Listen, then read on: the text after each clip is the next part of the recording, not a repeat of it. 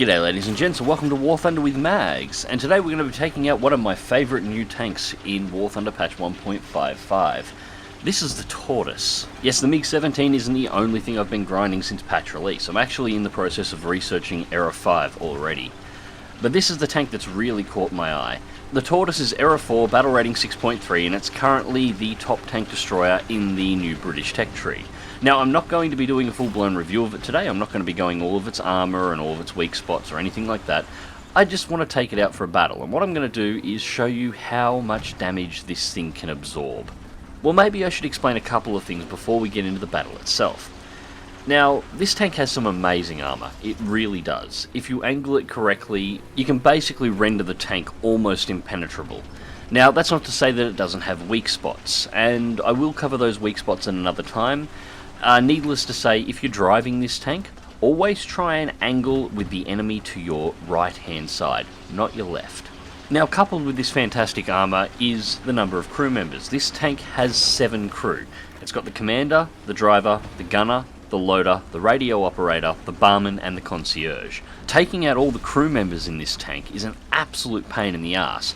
And more than that, this is a very big tank that is very hollow inside with very few components. The crew members are spread extremely wide through the tank, so even if you get a penetrating shot on the tank and hit one crew member, the shrapnel may only hit one second one. Well, it still leaves 5 crew members inside the tank. So of course in this particular case what you would do is ammo rack it. Well, it's not easy to do that either. All of the ammo racks of this tank are mounted in the floor at the lowest point in the tank. It's got an engine behind it, it's got a transmission in front of it, and the entire section is wrapped encased in armour. Out of all the drive-thrus I've done in this tank, and I've almost spaded it, I think I've only ever been ammo racked once. And so we have our first victim. We have a T-34. Critical strike straight through the front armour. This has a 20-pounder gun, of course. High penetration. It lacks the punch of the German and Russian guns in the game, but has its penetration and velocity is amazing. You have no problem getting through the armour on enemy tanks with this thing. It's actually one thing to note with this tank. There's no additional ammo to unlock. The ammo you get at the start is the only ammo you'll have available in it for the entire game. You don't have to grind out better ammo to make it competitive. Now, I didn't drive particularly well in this match, but that's actually part of the reason why I'm showing this battle, because if I drove particularly well, you wouldn't see all this damage absorption. So I turned to the right because I got attacked from behind. What I should have done is drive straight forward and turn to the left, because there's an IS-2 I saw driving past before. But of course, I've had my transmission damaged, my left track's been blown off, and I'm now immobilised for 37, 36, 35 seconds, with my entire left-hand side exposed to an IS-1 and a KV-85. They seem to be having a little bit of trouble getting rid of me at the moment. There's another hit. 25 seconds, 24 seconds, 23 seconds until repair complete. Tick-tock, tick-tock. And there's another hit. I don't actually think that one penetrated. I think that one bounced. Oh, I got lit on fire. That's the IS-1 from behind. I believe it's the IS-1 anyway. Start the repair again. Oh, hang on a second, the repair ended, and I can actually roll the tank. Alright, beautiful. We'll just turn this thing around, and take another shot from the IS-1 from the left. Meh. You don't really need to worry about it too much in this thing. I've still got 5 crew members alive, and the tank's still running. Unfortunately, I was a little bit slow getting the shot into the KV-85 there. He took a shot from the right-hand side, coming in from the cap circle. So at this point I'm assuming the T-34 behind me has been dealt with by my teammates, so I'm going to deal with this IS-1 next. So, while I'm waiting for him to poke out of his hole, reinitiate the repair, I've still got a set of damaged tracks. Now, you'll see that my tracks actually have been blown off on the left-hand side. The Tortoise is able to turn even with one of its tracks blown off. It can't move forward or backwards, but it can rotate on the spot. This is actually something I want to talk about with mobility. I've been amazed how many people in chat think this thing would be slow. I actually thought it would be terribly slow as well. But it'll do 20 kilometers on the road with no problems at all, and it'll maintain 15 even on boggy and slow or sandy or snowy terrain. Now sure, that's not light or medium tank speeds, but light or medium tanks don't weigh 81.3 tons either. Oh, and here he comes. G'day, mate. Goodbye, mate. So, that's the end of the IS-1. That's all the enemies in this area that I know of eliminated. So, just got to complete this track repair and then turn to the right. I'm going to head over around the back of the cap circle and find a place to try and bury my tank. At least at this point I'm assuming there's no more enemy tanks in this area. I mean, this is up on the blue side of the map. There shouldn't be any more Russians up here, should there? So anyways, back to what I was saying with mobility. As you can see, its traverse on the spot is actually quite fast, especially for an 81-ton tank destroyer. It's quite nippy on the turns, actually. It can get a little bit slow if you're trying to turn and move forward at the same time. As a general rule, Oh, hello? I was going to say, as a general rule, I drive to a point and then stop and turn, but here's a demonstration of me once again turning on the spot with no tracks. And this time my target looks like a T-34. So to bring the tank around, now I'm still getting fired upon, so I stop and I angle the tank with my left-hand side facing the enemy. This is not ideal. There's a machine gun port on the left-hand side of the tank that's easy to penetrate. It's better to always angle with your right side forward, which is why after I put the first shot into him, I continue the rotation through and present him with my right-hand armour. It's sloped back, smooth, the whole way. Providing you keep it on an angle, it's nearly impossible to penetrate unless you have some stupidly high penetration rounds. The only tank I've found that can reliably go through it is the IS-2 1944 with its post-war ammunition. But anyways, that was the T-34-85 eliminated, and once again I'm sitting on the spot repairing my tracks. This is something you're going to get very used to if you choose to unlock the Tortoise. This thing will take an absolute flogging, but it's not impossible to disable. You will be spending a lot of time under repair. And we have another target. We had another target.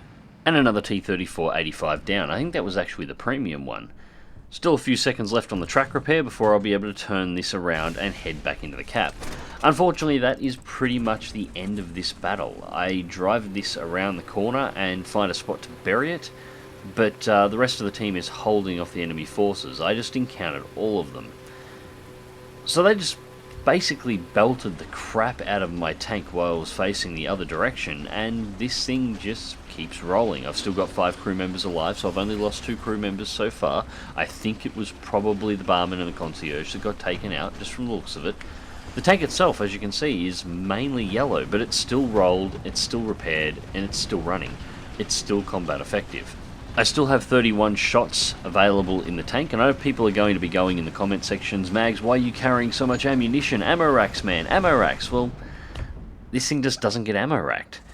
As I said, I've nearly spaded it at this point. I think I've only got 2 or 3 modules left to unlock, and I can think of one time that I got ammo racked, and I got brought into a 7.3 game in order for that to happen. The other side of why I carry so much ammunition is, well, why this tank is very fast for an 81-ton tank destroyer. It's still not a super fast tank to get around the battlefield in, but it does have a very, very fast firing gun. Being caught facing multiple enemy tanks on the opposite side of the battlefield to your own cap circle where you can get your reload without ammunition is really not ideal and not something you want to do in this tank. So considering that there's very little risk of this thing being ammo racked, or at least very little risk as I've experienced it so far, I tend to carry 40 shots, as it's usually enough ammunition that even those battles that run the timer all the way out to maximum to keep this thing in the battle and keep it firing and keep it shooting. But maybe that wasn't a good enough demonstration of exactly how much of a beating this tank can take. So instead of that, what I'm going to show you is a little clip out of one of my other battles. Now, the reason why this is only a little clip, this tank has a tendency to find itself in one major battle in a match and then have nothing else happen for the rest of the game. It is something that happens with it fairly regularly. Now, I was pushing through the centre of this map with a force of tanks, but they shot off to engage another bunch of tanks off to the left-hand side, which left me alone with what at the time I thought was only 3 enemy vehicles. The replay file revealed there was actually 6. 3 Tigers, 2 Panthers, and a self-propelled anti-aircraft gun. And they're arrayed from left to right in a 180-degree arc covering the entire front and sides of my tank. So, I'm not going to talk, I'm just going to be quiet and let you count all the shots.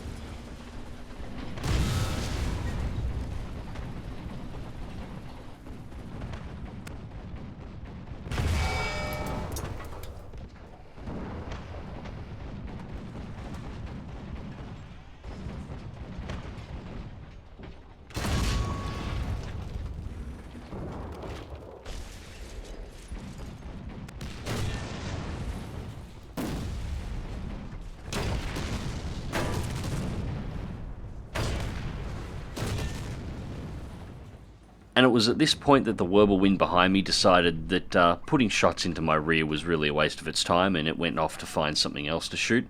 And the tiger that was engaging me from the right-hand side of that panther before decided that discretion was the better part of valor, and it should probably head over and jump in the cap circle instead of just continuing to shoot at me. God, I love this thing. Anyways, ladies and gents, hope you enjoyed the video. Click like if you do, subscribe if you want to see more. Drive smart, drive safe, and I'll catch you on the battlefield.